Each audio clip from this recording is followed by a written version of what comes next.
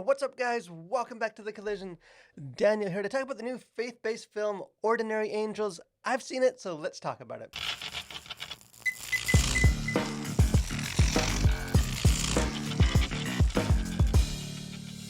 So in an age where news coverage and just social media seems to almost delight in showcasing just the very absolute worst that humanity has to offer, it is comforting from time to time just to be reminded that there is goodness and beauty still in the world. And kind of based on really incredible true story, Ordinary Angels is an inspiring faith-based story really about finding strength in God and other people kind of amidst a world of just pain and suffering. And really just, beyond just being a very positive, refreshing, kind of uplifting message, it's also just a really good film. I enjoyed this film quite a bit. It is elevated, I think, just by some excellent acting performances and just some very uplifting kind of, real life source material that does lead to this film being, I think, a very effective sort of antidote to just a lot of the cynicism in our culture today. And I'll say just about faith-based films in general, at least in my opinion, is that they often come across as like cream cheese-filled pastries, sort of offering a very sugary package for a story that's just brimming with cheese and kind of in the form of just hyper sentimentality or forced evangelistic messages or just a lot of kind of corny, hokey dialogue. But thankfully, Ordinary Angels is not that kind of movie. In fact, I would say probably more than any kind of faith-based film in recent memory that I have seen, there's really nothing in this film that would make you cringe, or the movie never presents itself as just like a watered down alternative to secular Hollywood. Kind of from top to bottom, this is just like engaging, well-crafted film, kind of faith-based or otherwise. That being said, sort of the glazed coating on the pastry is still lathered on fairly thick at times. John Gunn is the director of this film. Previously, he also served as the writer and producer of last year's Jesus Revolution. And in my review of that other film, I noted that it was largely a one-note story, even if it played that one note really well. And I think, to me, Ordinary Angels is a superior movie to Jesus Revolution, although it does kind of fall into some of the same tendencies. Because kind of emotional tearjerker scenes accompanied by just sort of swelling music are plentiful all throughout this movie. And I do think sometimes it does veer kind of dangerously close into kind of Hallmark Channel territory-esque, at least for my personal taste. And it does sort of feel like the film is sort of almost forcefully guiding audiences for how they should feel emotionally in this story, rather than kind of giving them the freedom to sort of walk that journey on their own. And I think just some additional comedic or kind of action story beats would have added a bit more diversity to the tone and allowed those emotional moments when they do come to maybe just pop a little bit more. But while the film may kind of overdo sort of the emotional beats, it actually shows a lot of kind of commendable restraint and sophistication in other areas.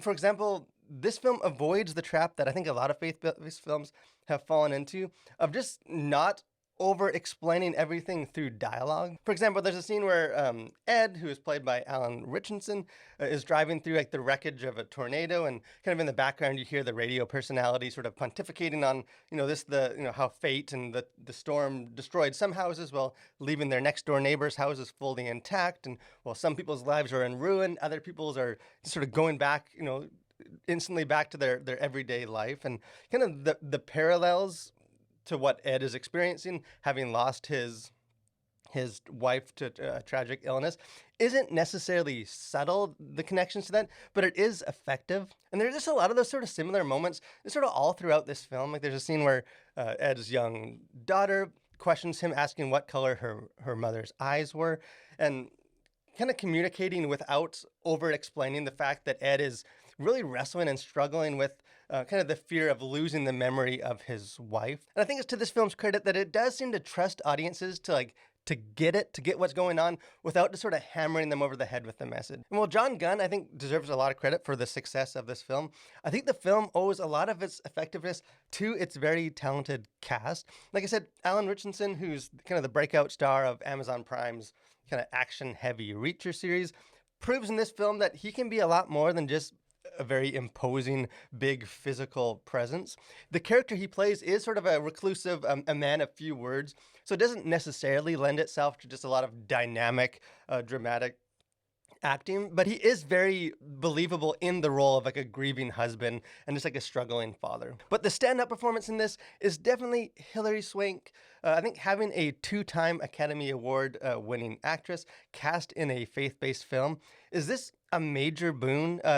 She really does carry this film with just a captivating presence whenever she is on screen. I do think if you substitute her for like a lesser actress, the story would likely fall flat. Like I said, this is a faith-based film, although it's more an inspiring story about a man of faith rather than it is a story about faith itself. Kind of faith in this really provides the subtext. There's a few kind of scenes scattered throughout of characters, attending church um, or Ed kind of questioning the hand of God in his life. So there definitely is sort of the faith aspects, the religious aspects, but this film is never a sermon. I think even some Christian viewers that are just more accustomed to these sort of films being a lot more kind of heavy-handed or like upfront with the evangelistic kind of purpose and message may find that sort of the spiritual elements are pushed too far to like the fringe of this story. But to me, because of the way they handled those elements,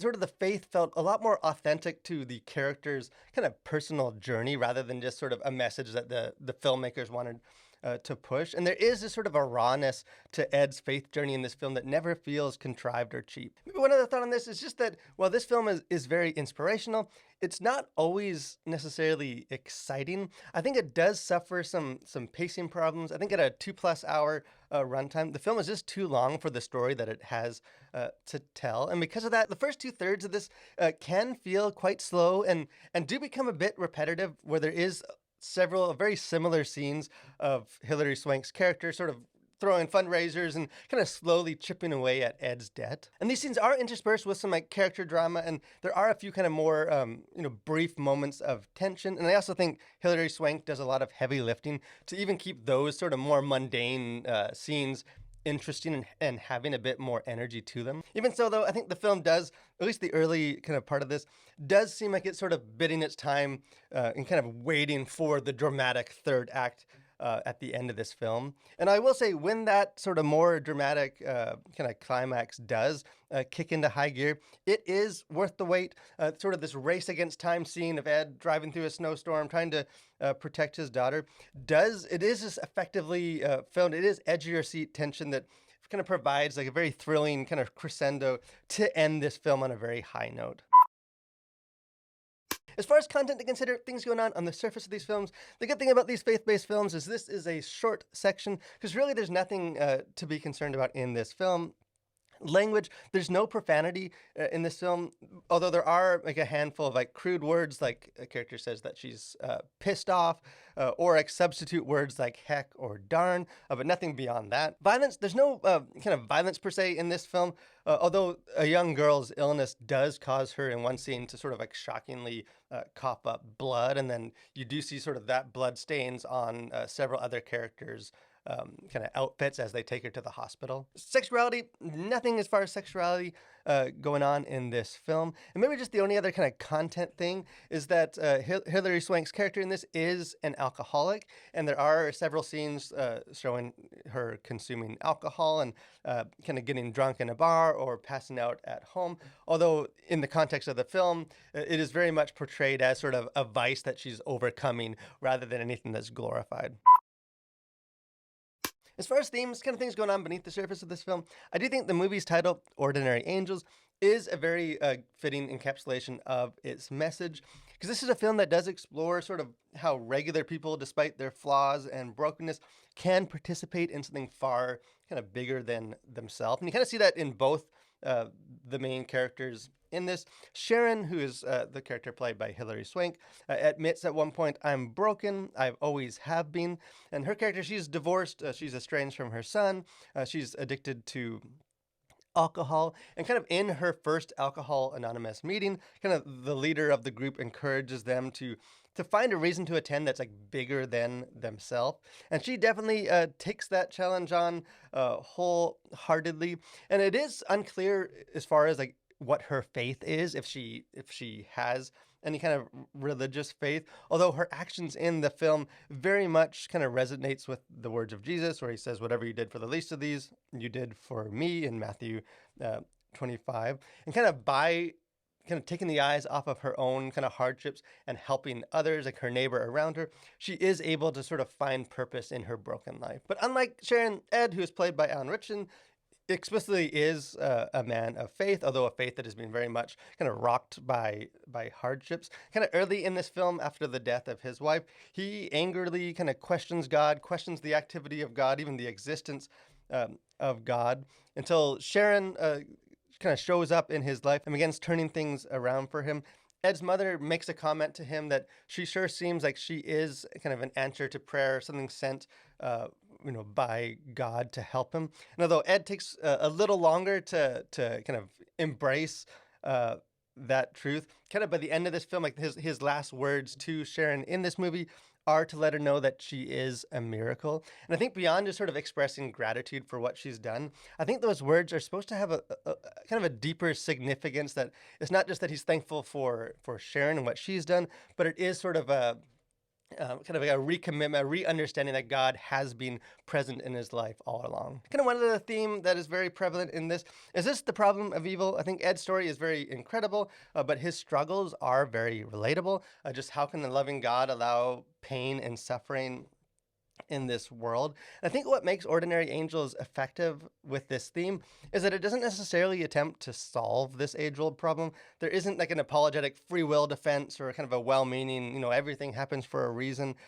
speech. I think instead, the film offers a very honest, kind of raw admission that the world is a painful place and we won't always be able to make sense of that suffering from our limited understanding. But I think rather than trying to kind of solve the problem of pain and suffering, instead the film focuses on like how do we navigate, how do we get through life in such a broken world. And kind of that message is probably best summed up in the funeral scene of Ed's wife, right after the pastor has admitted that we can't understand all the things that happen. He encourages Ed to lean on people and lean on us, which very much is kind of a fitting summary of what this film's message is, of just, in a world full of broken people and pain, it's okay to grieve, it's okay to struggle, it's okay to even wrestle with our faith, but no one should struggle alone and no one has to struggle alone, that we can find sort of strength and comfort both in God and also the people that he puts around our lives.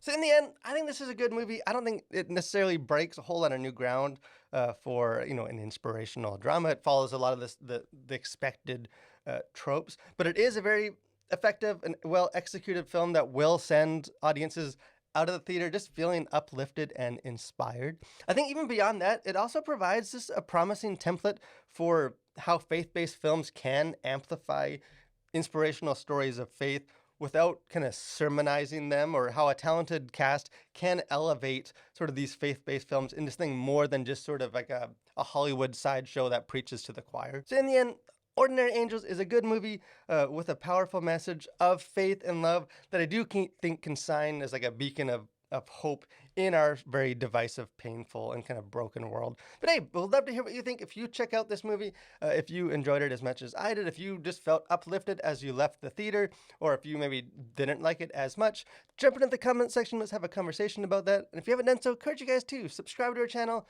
become a Collider. Got lots of movie reviews and podcasts and interviews and just other fun stuff. We'd love to have you be a part of that. But most of all, guys, thank you for watching. Stay safe and continue to collide with your world for Christ.